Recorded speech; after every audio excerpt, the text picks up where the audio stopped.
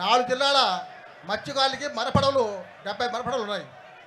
Already ఇక్కడ కావలి నియోజకవర్గం నుంచి కుర్రుపాలెం నుంచి చెన్నైపల్లి వరకు 6 పంచాయతీలకి సుమారుగా 1000 సాంప్రదాయ మత్స్యకార పడవలు ఉన్నాయి.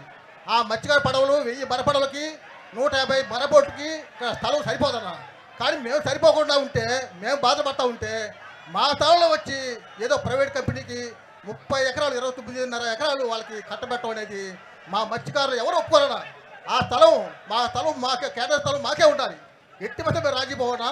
అంత స్థలం కావాలంటే తీరపాత్రలో చాలా చోట్ల ఉన్నాయి. వాళ్ళు డబ్బులు పెట్టి కొనుక్కొని ప్రభుత్వం అంటే అభివృద్ధికి వ్యతిరేకం కాదు. పక్కనే పోర్టు ఉంది కదా, కృష్ణపట్నం పోర్టు. అక్కడ కావాలంటే ఇచ్చుకోవచ్చు కదా వాళ్ళకి కావాలంటే. అభివృద్ధికి వ్యతిరేకం కాదు, కానీ అభివృద్ధికి మా సహకారం ఉంటుంది. కానీ మా కేటాయించిన స్థలంలో మా వల్ల 60 చేపలు ఎండేసుకోవడం అయితే మేము మాకు ఐస్ బ్యాటరీ అవసరము, మాకు ఆయిల్ బ్యాటరీలు అవసరము, మాకు 70 స్థలం. ఎందుకంటే సుమారుగా 4000 మంది ఎప్పుడు ఇచ్చి అక్కడ ఉండాలి. వాళ్ళకి ఆ స్థలం సరిపోదు. ఆ స్థలంలో 29 ఎకరాలు వాళ్ళకి కట్టబెట్టమంటే ఇది మత్స్యకారులుగా మేము ఒప్పుకోమన్నా, ఎట్టి పరిస్థితి ఒప్పుకోం. రామచంద్రన్, ఇంకోటి చెప్పండి, ఈ పోర్టు మనకు ఈ ఫిషింగ్ హార్బర్ మనకు హ్యాండ్ ఓవర్ చేసినారా? ఇందులో ఇక్కడ చిల్లర్ రూమ్స్, ఈ కోల్డ్ స్టోరేజ్, ఈ ఐస్ మేకింగ్ యూనిట్స్, ఈ కోల్డ్ స్టోరేజెస్ ఇవన్నీ అందుబాటులోకి వచ్చినాయా? ఇవన్నీ మనకి ఇచ్చినారా అన్న? 95% అన్న కట్టినా కూడా ఇంతవరకు ఇవ్వలేదు అన్న. 95% మీరు పూర్తి చేసి 90% మీరు పూర్తి చేసి 2 సంవత్సరాలు ఒక్క పని చేయలేదన్న. మనం 5% చేయలేదు. అక్కడ మనం కట్టి ఇచ్చిన తర్వాత కూడా వీటిని ఆపరేషన్ లేక తీసుకొని రాలేదన్న.